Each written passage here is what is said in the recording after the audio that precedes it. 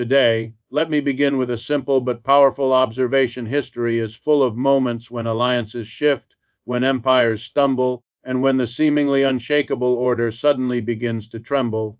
Today, we may be witnessing one of those very moments. The war breaking out between Israel and Saudi Arabia is not just another regional conflict. It is something far larger. It is a turning point for U.S. hegemony across the Middle East and perhaps even the globe. The war erupting between Israel and Saudi Arabia represents more than a regional clash. It is an unprecedented conflict between two of Washington's most critical allies, a rupture in the architecture of American foreign policy that has been decades in the making. For years, U.S. officials carefully cultivated both nations for distinct roles in the larger project of maintaining global hegemony. Israel was empowered as a military outpost, a reliable enforcer in the region, and a symbol of American strategic might. Saudi Arabia, on the other hand, was relied upon as the financial backbone, its oil exports and petrodollar system anchoring global capitalism and providing Washington with the ability to project power far beyond its borders. These two states were not natural partners. Their interests, histories, and ideologies clashed.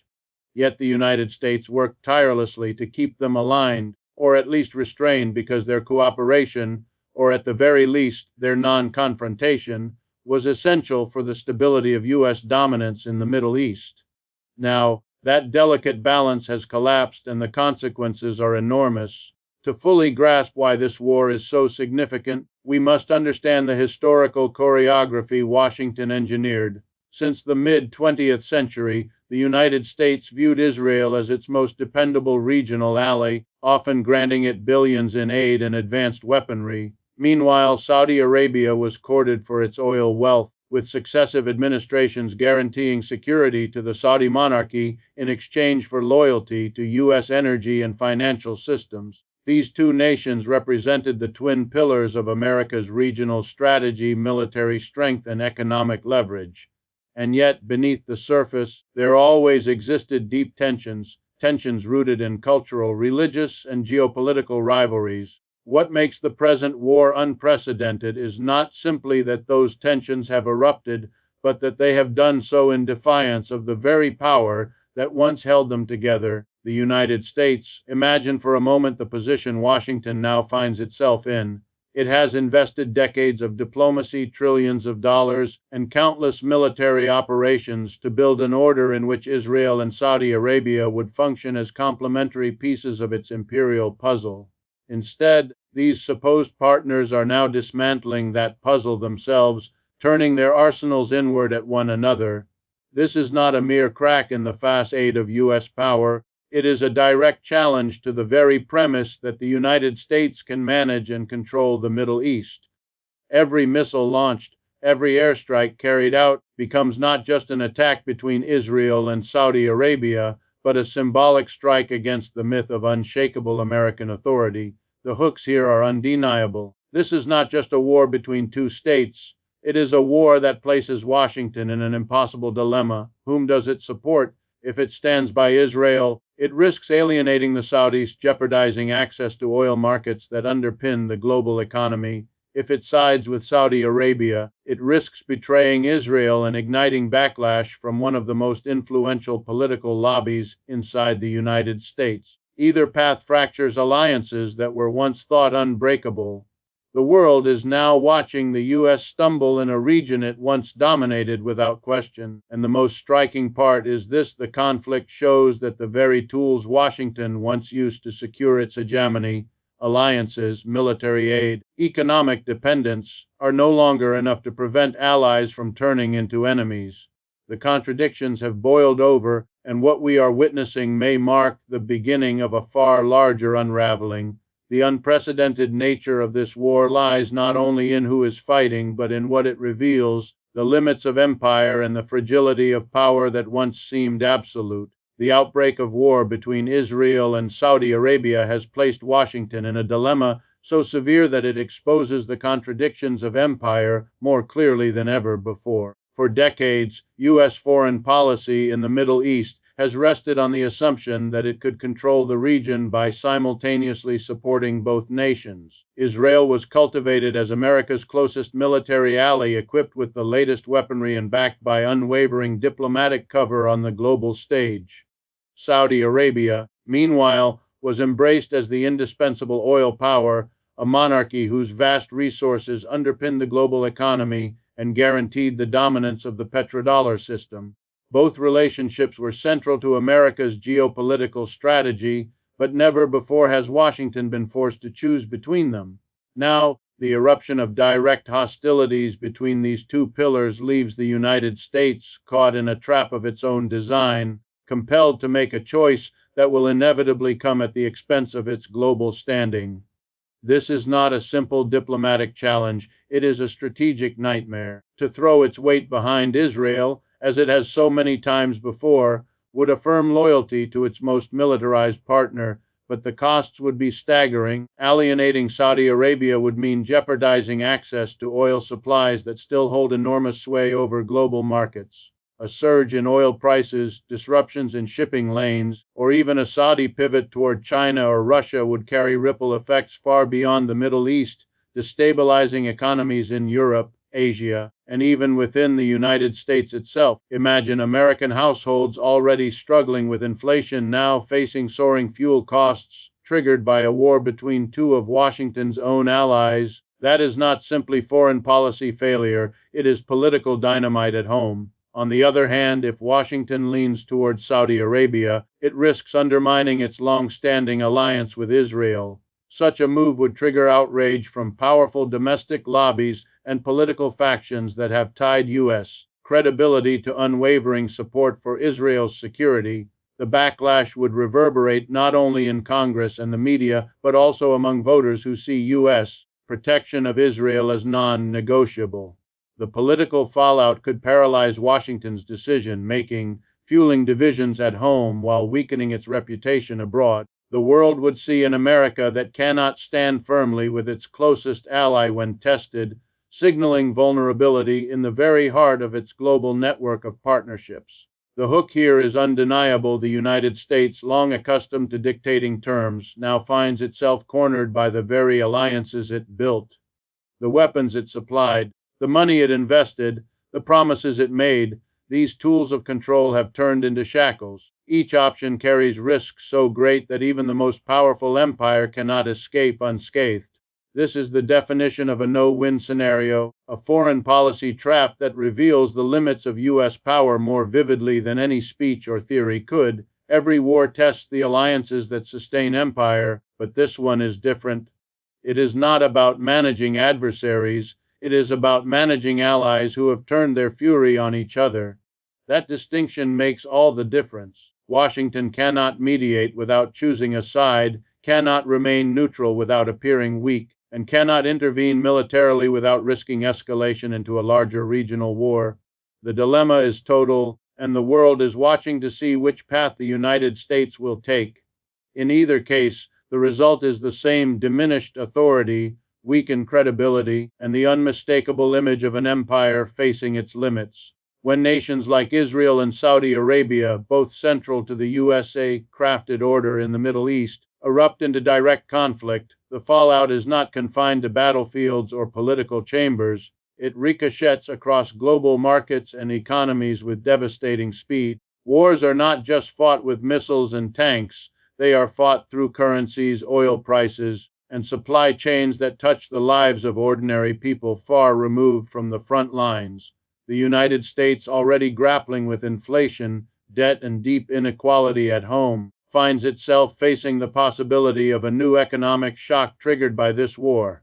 The hooks here are sharp oil prices soaring overnight, stock markets shuddering under uncertainty, and global shipping lanes disrupted in ways that ripple from Riyadh to New York, from Tel Aviv to Beijing. The costs of empire are never borne solely by generals or diplomats. They land on the shoulders of workers, families, and entire societies who pay the price in higher bills, lost jobs, and shrinking security. Consider oil, the lifeblood of modern capitalism. Saudi Arabia remains one of the most influential actors in the global energy system. Even whispers of instability in Riyadh have historically sent prices upward, affecting fuel costs, transportation, and manufacturing worldwide. Now imagine a full-scale war involving Saudi oil fields or infrastructure. Even temporary disruptions could spike prices to levels not seen in decades, igniting panic across economies already strained by fragile recoveries. For the United States, which still depends heavily on oil markets to stabilize its own industries and consumers, such a shock would not be a distant tremor, it would be an earthquake shaking the everyday lives of its citizens. That is how foreign wars become kitchen table crises. The global financial system is no less vulnerable. Both Israel and Saudi Arabia play key roles in investment flows, technology partnerships, and capital markets. If this war escalates, confidence in those investments could collapse. Wealthy elites in both nations may redirect funds, foreign investors may retreat in fear, and the uncertainty could push global markets into volatility. Wall Street thrives on stability, and nothing rattles it faster than war between two states tied directly to the U.S. economy. Every dip in stock values, every nervous reaction among investors translates into pressure on American workers whose pensions, savings, and livelihoods are tethered to markets they do not control. The empire's entanglements, once seen as sources of strength, reveal themselves as sources of fragility. And then there are supply chains. Israel's role as a hub for technology and defense industries intersects with Saudi Arabia's role in energy and logistics. A war that interrupts these flows could cascade across industries worldwide, disrupting tech sectors, slowing manufacturing, and choking transport routes in the Middle East that remain vital for global shipping.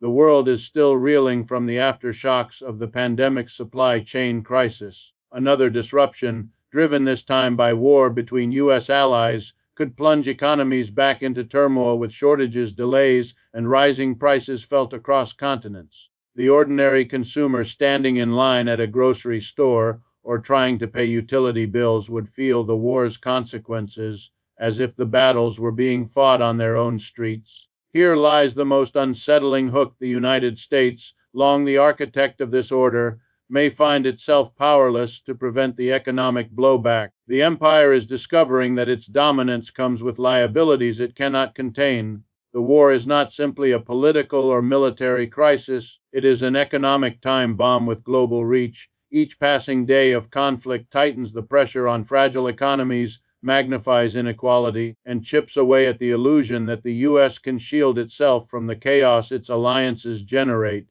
The reality is plain. This war has already begun to redraw not only the map of the Middle East, but the economic landscape of the entire world. As Israel and Saudi Arabia turn their firepower against one another, a vacuum of influence emerges that no region or global power can ignore.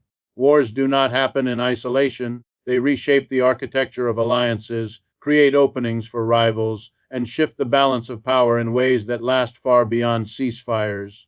The United States, once the unquestioned manager of Middle Eastern politics, now faces the unsettling reality that others are prepared to step in where Washington falters. This is not just about two allies in conflict. It is about who will seize the opportunity to replace the United States as the indispensable broker in the world's most volatile region. The hook is direct and provocative. When America stumbles, others advance.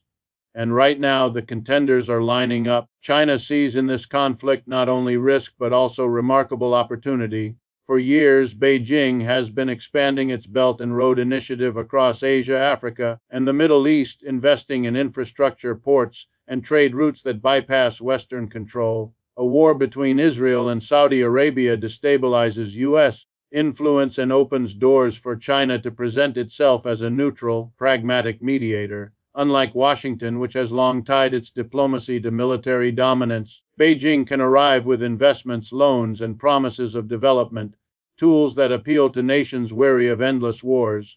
Imagine the symbolism if Saudi Arabia, the guardian of oil wealth, or even Israel, a hub of technology, were to pivot toward Chinese partnerships in the midst of conflict.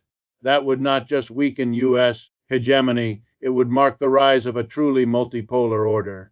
Russia, too, lurks at the edges of this conflict with its own ambitions. Already entrenched in Syria, Moscow has demonstrated its willingness to project military power into the Middle East in ways unthinkable a decade ago. The war between Israel and Saudi Arabia could give Russia new leverage. Arms sales, intelligence sharing, and even military mediation become possibilities that would expand Moscow's reach. For a nation already confronting the West in Europe, the ability to further undermine U.S. influence in the Middle East would be a strategic windfall.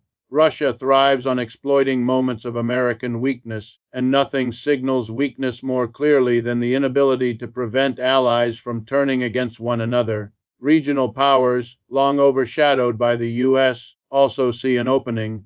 Iran, often treated as the perpetual adversary of Washington, gains immediate advantages from a fractured Saudi-Israel front. Every missile fired between Riyadh and Tel Aviv strengthens Tehran's position as an alternative center of power, capable of rallying support from movements and governments long opposed to U.S. dominance. Turkey, with its ambitions of reviving regional leadership, could also maneuver itself into a more decisive role, balancing between alliances with the West and new partnerships with rising powers. What emerges is not a vacuum of chaos, but a crowded stage of competitors eager to shape a post-American Middle East. The most striking hook is this: for the first time in decades, the United States is not the only actor with the means or ambition to dictate the terms of regional politics. Instead, it is being forced to watch as others compete for influence in what was once its uncontested sphere of dominance. Wars reveal not only the limits of military might, but also the shifting loyalties of nations calculating their futures. As Israel and Saudi Arabia fight, China positions itself as the investor, Russia as the military broker, Iran as the ideological counterweight, and Turkey as the opportunistic power. Each step they take chips away at Washington's authority and accelerates the erosion of U.S. hegemony. The battlefield may be in the Middle East, but the contest is global. The real struggle is not just between Israel and Saudi Arabia. It is between an old order built on American dominance and a new order where multiple powers claim space. What makes this war transformative is not only its violence, but its ability to expose that the United States no longer commands the unquestioned loyalty or fear it once did. The stage is set for rivals to advance, and they are wasting no time in doing so. The war between Israel and Saudi Arabia lays bare a truth the United States has worked tirelessly to conceal. The decline of American hegemony is no longer a prediction. It is a reality unfolding before our eyes. Empires do not announce their own downfall. They stumble into it, often blindsided by the very contradictions they believed they could manage. Washington assumed that by supplying weapons, securing oil, and funding allies, it could indefinitely maintain its grip on the Middle East. But history has a cruel way of revealing limits. When two of America's most prized partners turn their firepower against each other, the message is unmistakable. The architecture of empire is breaking from within. The hook is powerful and direct. The greatest threat to U.S. dominance is not its enemies, but the collapse of control over its own allies. For decades, American policymakers framed U.S. hegemony as unshakable, a natural order of things. They spoke of Israel as the guarantor of stability, the only democracy in the region, armed to the teeth with U.S. support. They described Saudi Arabia as the indispensable economic partner, custodian of oil wealth, and linchpin of the global dollar system. Both relationships were celebrated as triumphs of strategy. But the flaw in this design was always present. These were not natural allies, but uneasy partners, kept in line by Washington's constant intervention. Once the illusion of control faltered, the contradictions came roaring to the surface, and the U.S. found itself exposed, unable to reconcile the clash it had postponed for decades. Every empire imagines its power to be eternal, and yet every empire confronts moments that strip away that illusion. Britain believed it could manage its colonies even as rebellions grew. Rome believed it could sustain endless expansion even as internal fractures deepened. The United States is now in that very moment of reckoning. It believed it could build an order where Israel and Saudi Arabia, despite rival interests, would remain permanently tethered to its orbit. But the eruption of war between them signals not simply a foreign policy failure, but a systemic unraveling. The empire is learning that no amount of military aid or diplomatic maneuvering can indefinitely paper over contradictions this profound.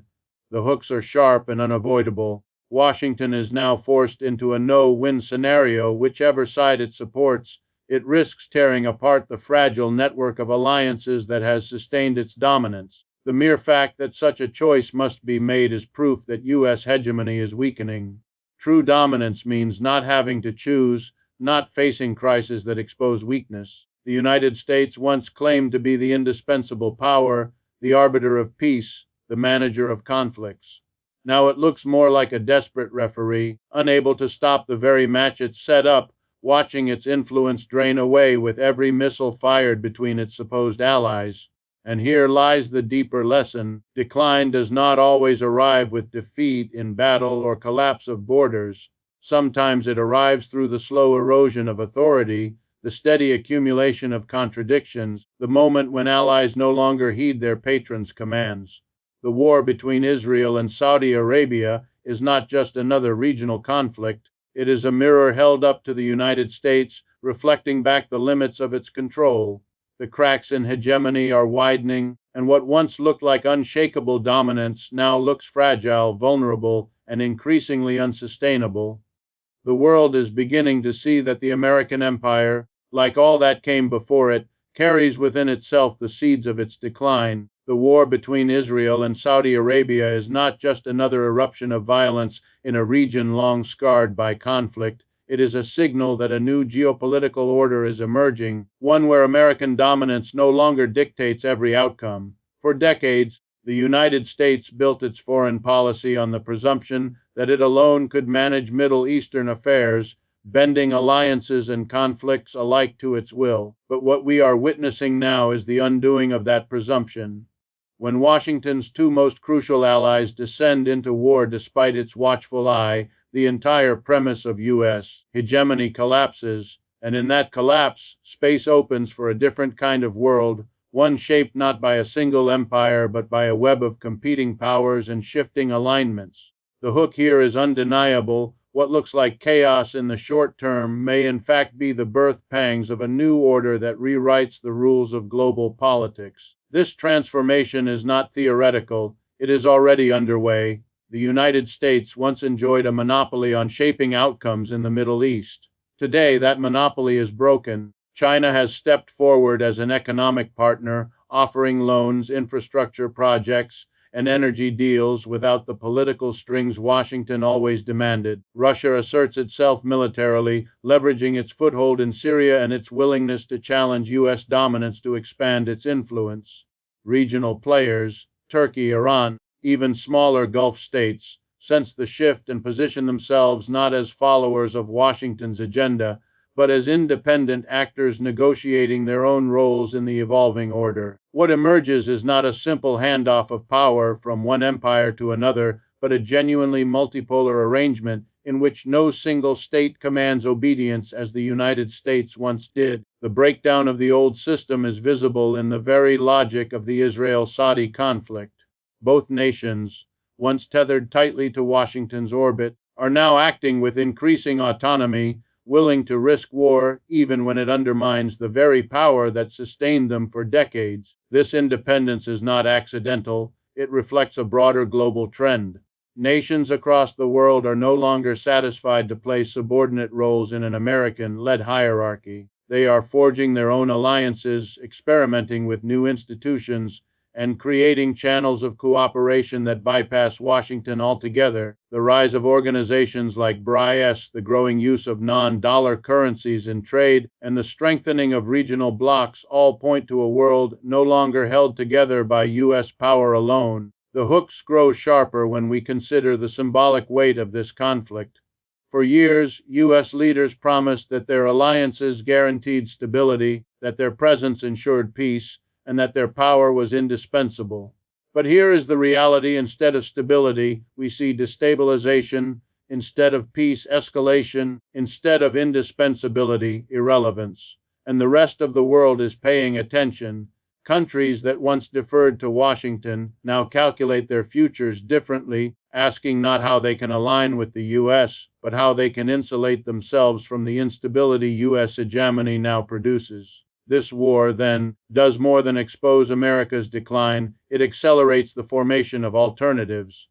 As Israel and Saudi Arabia clash, other nations are already sketching the outlines of new alignments that will shape the decades to come.